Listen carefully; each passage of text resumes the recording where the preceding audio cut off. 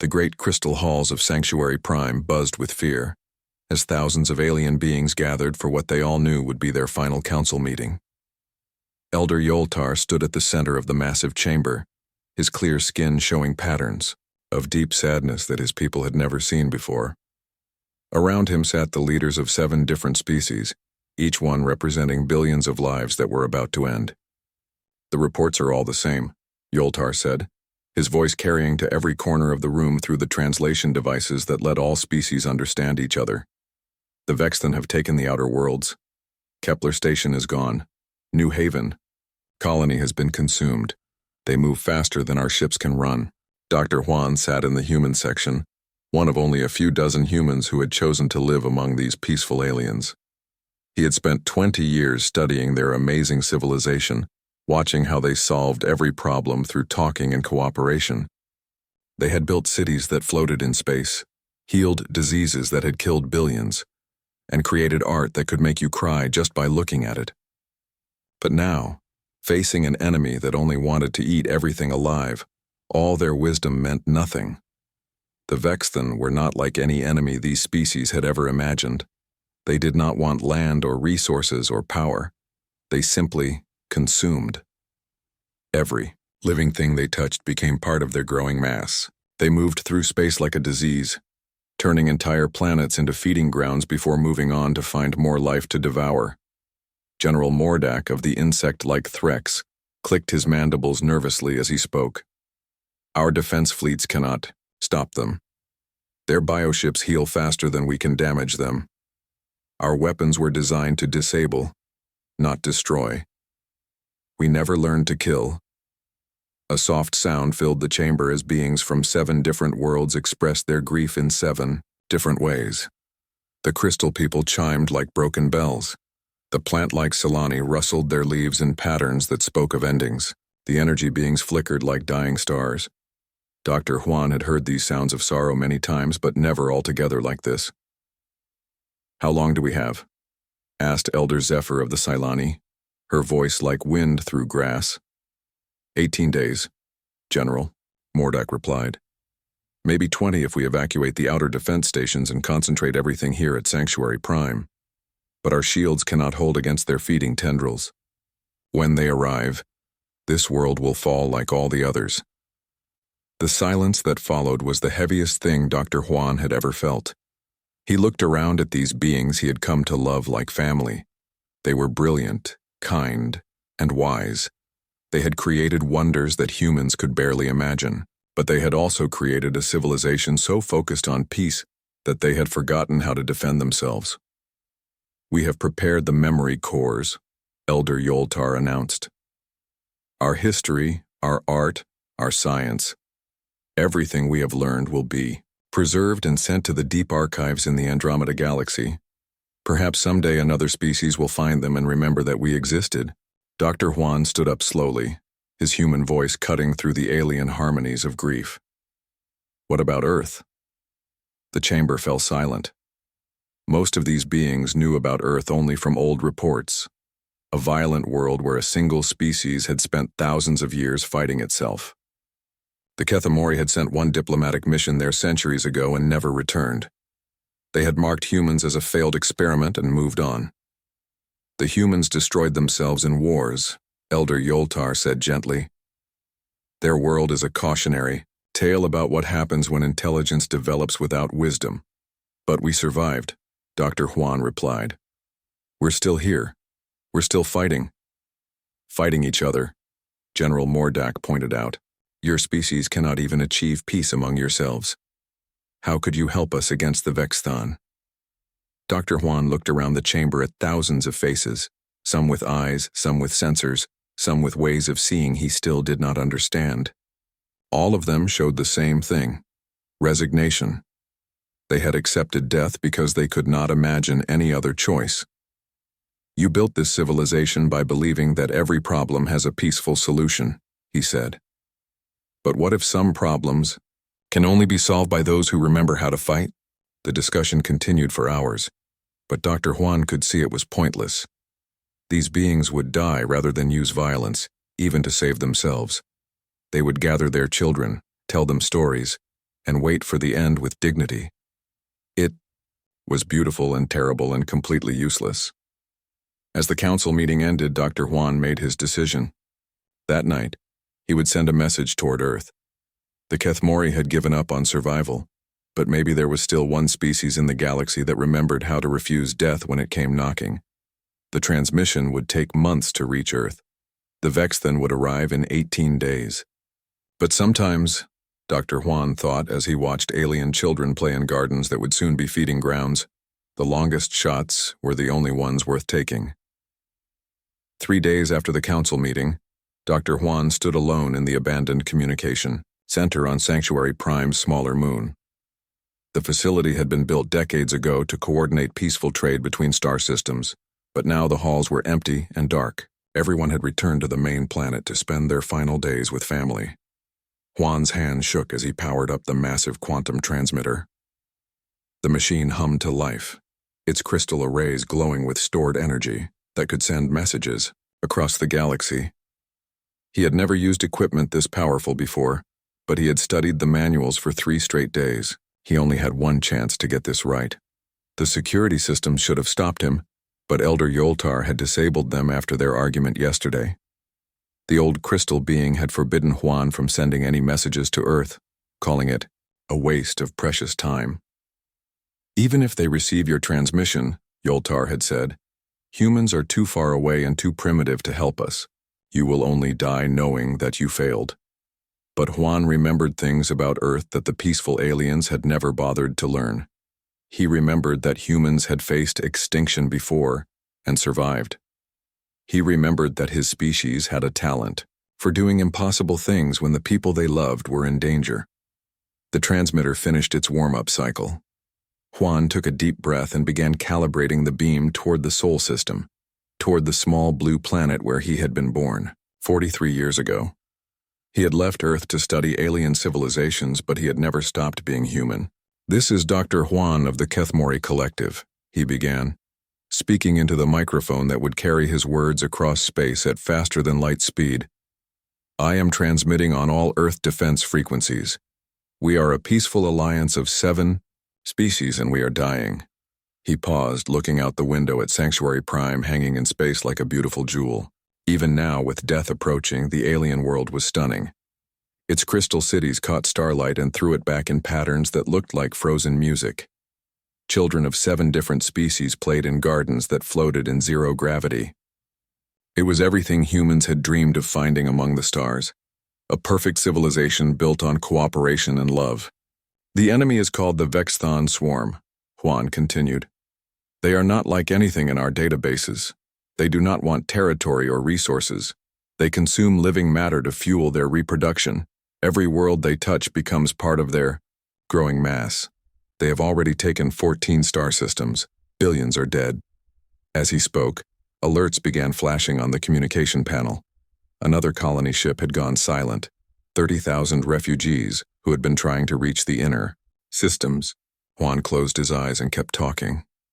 We have tried everything we know.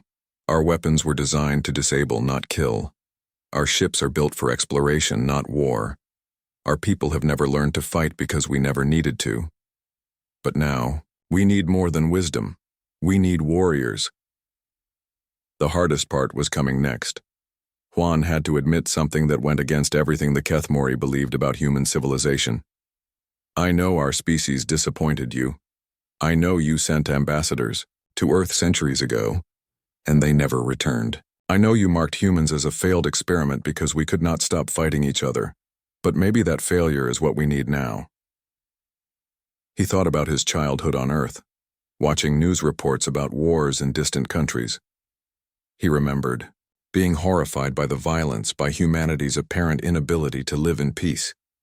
That horror had driven him to the stars, to find species that had learned to be better than humans. The Vexthon will reach our last stronghold in 15 days, he said. We have no more places to run. Our children will not see another sunrise unless someone remembers how to fight for them. You spent 10,000 years learning to kill your own kind. We need you to remember those lessons and use them to save ours. The transmission beam was locked onto Earth now, cutting through space toward the Sol system. In 4 months, if everything worked correctly, his message would reach the planet where humans still fought and died, and somehow kept surviving. We are not asking you to save us out of kindness, Juan continued. We are asking because we finally understand something about your species that we missed before. You fight not because you love violence, but because you love something enough to protect it. We love our children. We love our worlds. We love each other. But we have forgotten how to turn love into strength. He looked at the countdown timer. The Vexthon scouts had been spotted at the edge of the system. 15 days until the main swarm arrived. 4 months until his message reached Earth. This is our final transmission, he concluded. If you receive this message, know that we tried to build something beautiful among the stars. We failed to protect it, but maybe you can succeed where we could not. Maybe barbarians really do survive when civilized people cannot. Juan ended the transmission and slumped back in his chair. He had done the only thing he could think of. Now he could only wait and hope that somewhere across the galaxy, Earth's warriors would hear his call and remember what they did best. Admiral, Jin stood on the bridge of the warship Soul's Fury, staring at the impossible sight filling the main view screen. They had pushed their engines beyond every safety limit, crossed half the galaxy in 18 days, and somehow arrived at Sanctuary Prime, just as the final battle was beginning. The Vexthon swarm surrounded the alien world like a living nightmare. Thousands of bioships pulsed with sickly light, their surfaces crawling with feeding tendrils that reached toward the beautiful crystal cities below. Each creature was the size of a human battleship, but they moved like animals. Hungry, mindless animals that existed only to consume. How many? Jin asked quietly. Commander Park checked his sensors. Approximately 40,000 bioships in the main swarm, sir. Smaller scout groups are already landing on the outer moons. The Kethmori Defense Fleet. He paused. What's left of it is trying to evacuate civilians from the northern continent. Jin watched as elegant alien ships, designed for exploration and beauty rather than war, fled from the approaching swarm.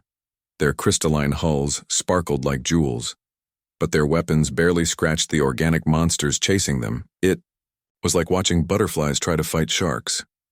Admiral, came Captain Lee's voice from the tactical station. We're receiving a transmission from the surface. Elder Yoltar is requesting immediate evacuation assistance for their remaining population centers. The human fleet had arrived with every available ship from Earth's Terran Defense Force. 57 vessels ranging from massive dreadnoughts to quick strike cruisers, all loaded with weapons that the peaceful aliens had never imagined. Nuclear, torpedoes, kinetic bombardment systems, plasma cannons designed to punch through the heaviest armor. Everything humanity had learned to build during their long history of warfare. Signal the surface, Jin ordered. Tell Elder Yoltar that we didn't come here to evacuate. We came here to fight. The bridge fell silent except for the hum of ship systems. Every human officer understood what they were facing. The Vexthon had consumed 14 star systems. Their swarm had grown to a size that should have been impossible to defeat. By every logical calculation, the human fleet was about to be destroyed. But Jin remembered the desperate message from Dr. Juan, the human scientist who had spent 20 years living among the aliens. The man had asked Earth to remember what it did best. Humanity's greatest skill had never been building or exploring or creating art. It was surviving when survival seemed impossible. Weapon status? Jin asked. All systems green, reported Lieutenant Kim from the weapons console. Nuclear arsenal is loaded and armed. Kinetic bombardment platforms are ready. Point defense systems are online. Fleet formation? All ships report ready for combat, sir, Captain Lee answered. Admiral Cho's squadron is moving to intercept the swarm's left flank. Admiral Park's heavy cruisers are targeting what appears to be a command cluster near the planet's north pole. Jin studied the tactical display, watching the swarm's movement patterns. The bioships moved like a pack of predators, coordinating their attacks through some kind of shared intelligence. But they had never faced prey that fought back with organized violence. Open a channel to all ships, Jin commanded. The communication system activated, connecting him to every human vessel in the fleet, thousands of men and women who had volunteered to cross the galaxy and fight an impossible battle for people they had never met. "This is Admiral Jin," he began. "4 months ago, we received a message from Dr. Huan asking us to remember what our species does best. Today we're going to show the galaxy exactly what that means." He paused, watching the Vexthan swarm begin to notice the human fleet. The bioships were turning toward them now, sensing new prey. These creatures have consumed billions of innocent lives. They've destroyed civilizations that took millions of years to build. They think everything in the universe exists to feed them. Jin's voice hardened. They're about to learn why humans spent 10,000 years fighting each other. We got very, very good at it. The first Vexthan bioship broke from the swarm and moved toward the human fleet, its feeding tendrils reaching out like hungry arms. It was 3 times the size of Jin's flagship, covered in organic armor that had deflected every weapon the peaceful aliens could build.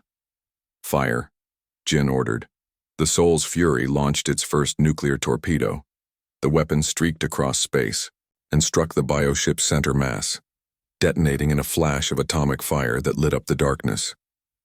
When the light faded, half the creature was gone, its remaining parts spinning away into space. The rest of the human fleet opened fire at the same moment. Nuclear explosions blossomed throughout the swarm like deadly flowers. Kinetic bombardment. Rounds punched through bioship hulls with the force of small meteors. Plasma beams carved through organic armor that had seemed indestructible. For the first time in their existence, the Vexthan faced an enemy that had been designed by evolution specifically to kill other living things. The swarm's advance stopped, as hundreds of bioships died in the first 30 seconds of combat. "Target their command clusters," Jin ordered, watching the tactical display update as his fleet's AI systems identified the swarm's weak points. "Show them what controlled violence looks like." Colonel Min's dropship broke through the atmosphere of Sanctuary Prime with enemy biofighters chasing behind it. The organic creatures looked like flying jellyfish with razor-sharp tendrils, but they moved too slowly to catch a human military transport. Her pilot, Lieutenant Seo, rolled the ship between 2 crystal towers and landed hard in the city's main square. "Move, move, move," Min shouted as her Marines poured out of the dropship. 40 soldiers in full combat gear hit the ground running, setting up defensive positions with the smooth efficiency that came from years of training. They had practiced this exact scenario dozens of times, but never on an alien world with civilians who had never seen violence before. The Kethmori refugees scattered as the humans deployed their weapons. Thousands of alien beings pressed against the crystal barriers that surrounded the square, their various forms of communication creating a symphony of fear. Some looked like living plants, others like walking gemstones, and still others like creatures made of pure light. But they all showed the same emotion as they watched human soldiers prepare for war, terror mixed with desperate hope. "Sergeant," Choi checked his rifle and looked around at the alien crowd. "Ma'am, they're staring at us like we're monsters." Min understood why. These beings had built a civilization based on the idea that all problems could be solved through talking and cooperation. They had never seen weapons designed to kill, never imagined that intelligence could be used to destroy instead of create. To them, human soldiers must look like something from a nightmare. Dr. Huan approached her, his translation device switching between human speech and the musical languages of his adopted people. The scientist looked exhausted, like he had not slept since sending his message to Earth months ago. "Colonel," he said, "Elder Yoltar wants to know if your weapons will be enough. The swarm has consumed entire star systems. They've never been stopped before." Min looked up at the sky where Admiral Jin's fleet was fighting the main swarm. Nuclear explosions lit up the darkness like deadly fireworks, and human ships moved between the biovessels with a precision that made the alien observers gasp in amazement. But she could see that the swarm was huge. Even human firepower might not be enough. "Doctor," she replied, setting up her command post behind a crystal formation. "My species spent 10,000 years learning to kill each other efficiently. We got very good at it because we had to. Every weapon we carry, every tactic we use was paid for with human blood." A bioship descended through the clouds above them, its feeding tendrils reaching toward the refugee camp. Min's anti-aircraft team responded instantly with a coordinated missile strike that turned the creature into burning chunks of flesh, that fell harmlessly into the ocean. The aliens watched in stunned silence as human weapons destroyed their nightmare in seconds. The difference is, Min continued, we learned to control our violence. We don't fight because we enjoy killing. We fight because we love what we're protecting.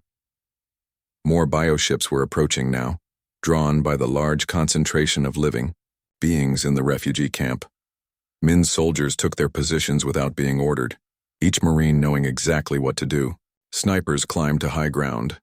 Heavy weapons teams set up overlapping fields of fire, and medics prepared aid stations for both human and alien casualties. Elder Yoltar approached Min's position, moving with the careful grace of his crystal-bodied species. His translucent skin showed patterns of curiosity mixed with fear. Your soldiers, he said through his translation device, they move like parts of a single organism. How do you coordinate such complex actions without our harmonic communication? Networks? Min smiled as she watched her team prepare their defenses. Training, Elder. We practice working together until it becomes instinct. Every Marine knows what their squad mates will do before they do it. The first wave of biofighters swept down toward the refugee camp. Human weapons opened fire in a carefully planned sequence. Surface-to-air missiles took out the largest threats, while rifle fire dealt with smaller creatures that got through the defensive screen. The aliens watched in amazement as humans moved like a single deadly organism, each soldier covering their teammates' blind spots. Your weapons, Elder Yoltar observed, they are designed specifically to end life. We have never created such things. That's why you're losing, Min replied bluntly. Sometimes peace can only be protected by people willing to abandon it temporarily. A larger bioship broke through the orbital battle and began descending toward the city. Min's heavy weapons teams engaged it with anti-tank missiles, but their conventional explosives barely scratched its organic armor. We need bigger guns, Sergeant Choi muttered. Min activated her communication link to Admiral Jin's flagship. Admiral, we need orbital support on the city center.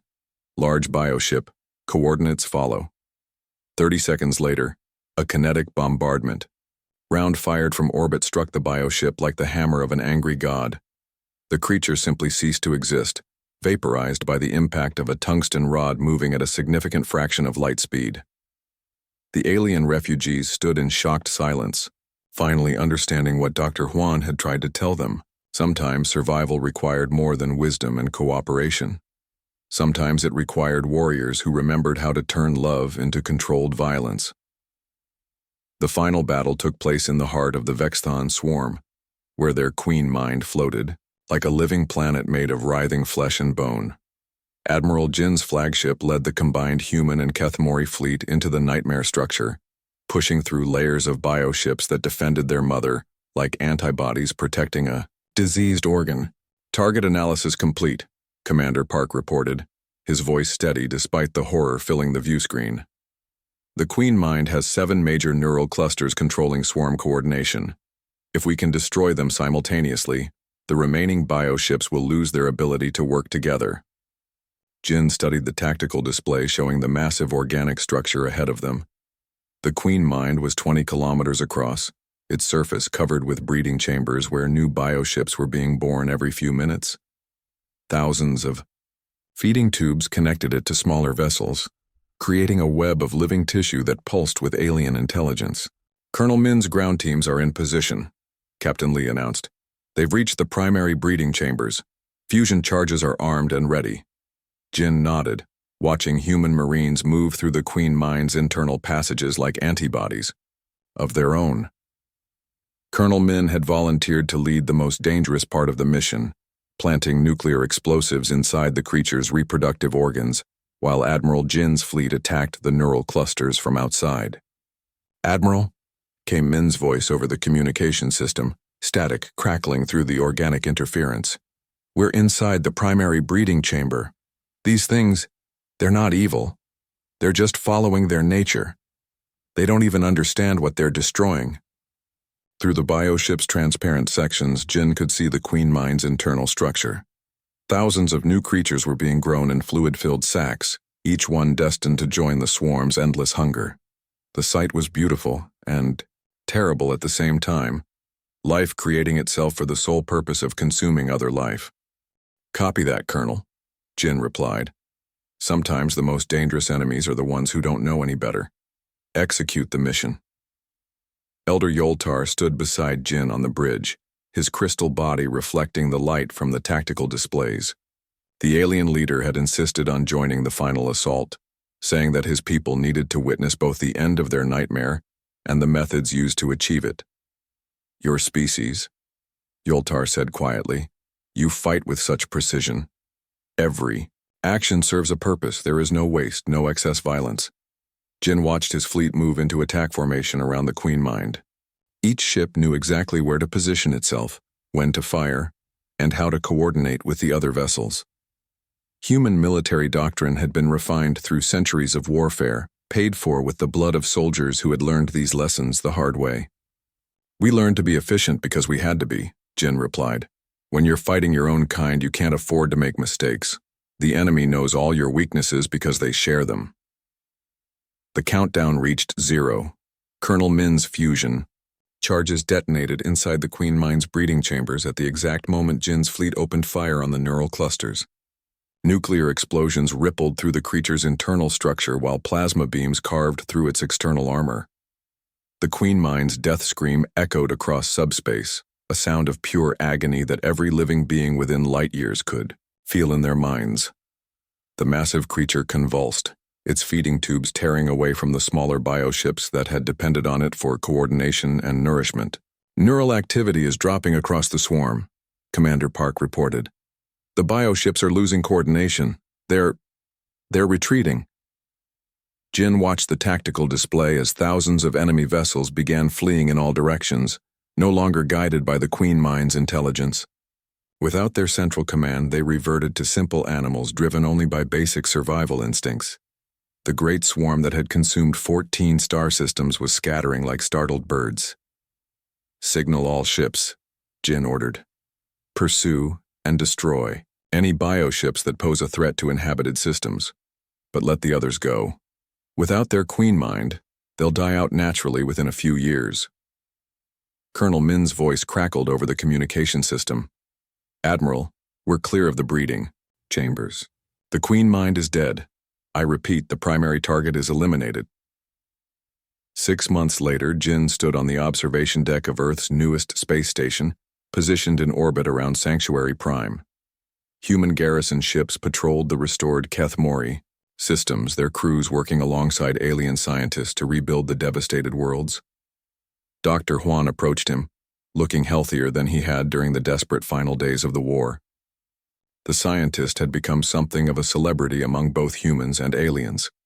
The man who had convinced Earth's warriors to cross the galaxy and save a civilization they had never met. "The Keth Mori Council has made a decision," Huan said. "They want to establish a permanent military alliance with Earth. They're calling it the Guardian Pact." Jin smiled, watching human children play with young aliens in the station's recreation areas. The peaceful species had learned that sometimes survival required protectors who understood violence, while humanity had remembered that their greatest battles were fought not for conquest, but for protection. "Tell them we accept," Jin replied, "but make sure they understand the terms. Earth's warriors will guard the peace, but the Keth Mori will help us learn to be better than we were." Through the viewport, both human and alien ships moved together through space, protectors and protected, learning from each other under distant stars.